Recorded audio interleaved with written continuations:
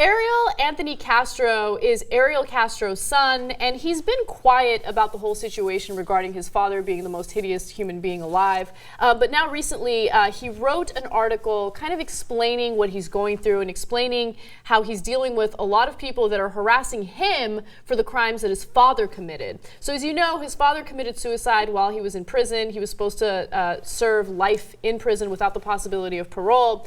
But Ariel Anthony Castro is saying that people are coming to his house, they're harassing him, they're being violent, he's getting death threats, and he took to the press to say, "I am not my father."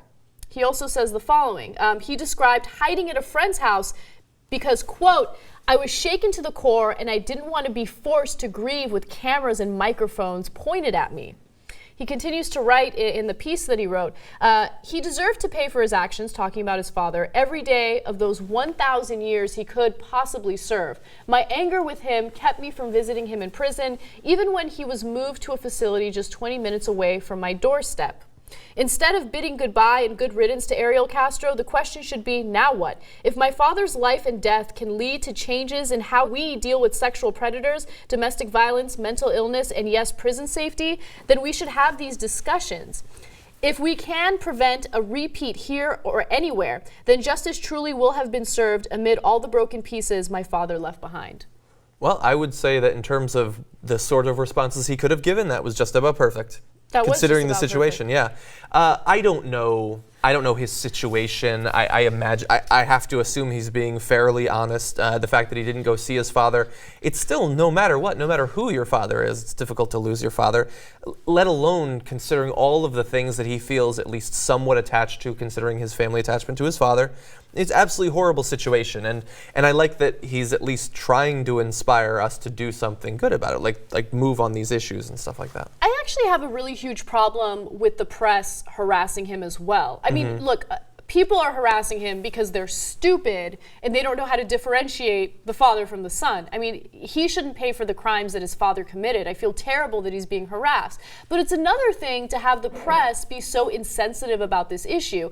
His father was a hideous human being, but it was his father nonetheless. Yeah. And coming to him and asking him a bunch of questions and pointing microphones in his face, just allow him to grieve and deal with the shock that he has to experience as a result of what his father did. Yeah. You know, just give him some time. But it's this obsession with access. It's this obsession with getting the scoop, regardless of how sleazy that scoop is. Yeah. And really, when you think about it, how much do the American people really want to hear what his son has to say, especially if his son had no idea what happened? I can understand, like, just give it some time. Give it some time, maybe a few months. Let him grieve. I disagree. I think that the American public, or enough of the American public, does want to hear it. And that's why I don't really even blame the media. I blame us, America, because we want to know a whole bunch of pointless shit about every person we've ever seen in the news.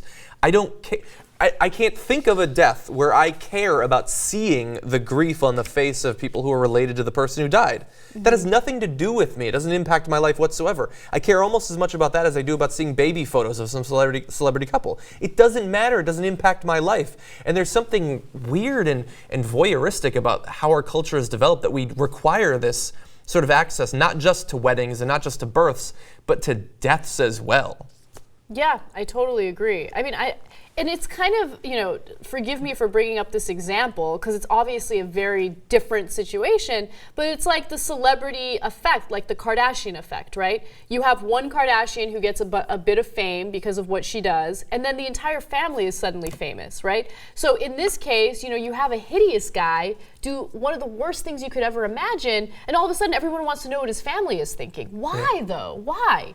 If their Nothing better to do. If their family willingly volunteers that information, that's one thing. But if they don't want to talk to the press, leave them alone and give them the ability to grieve.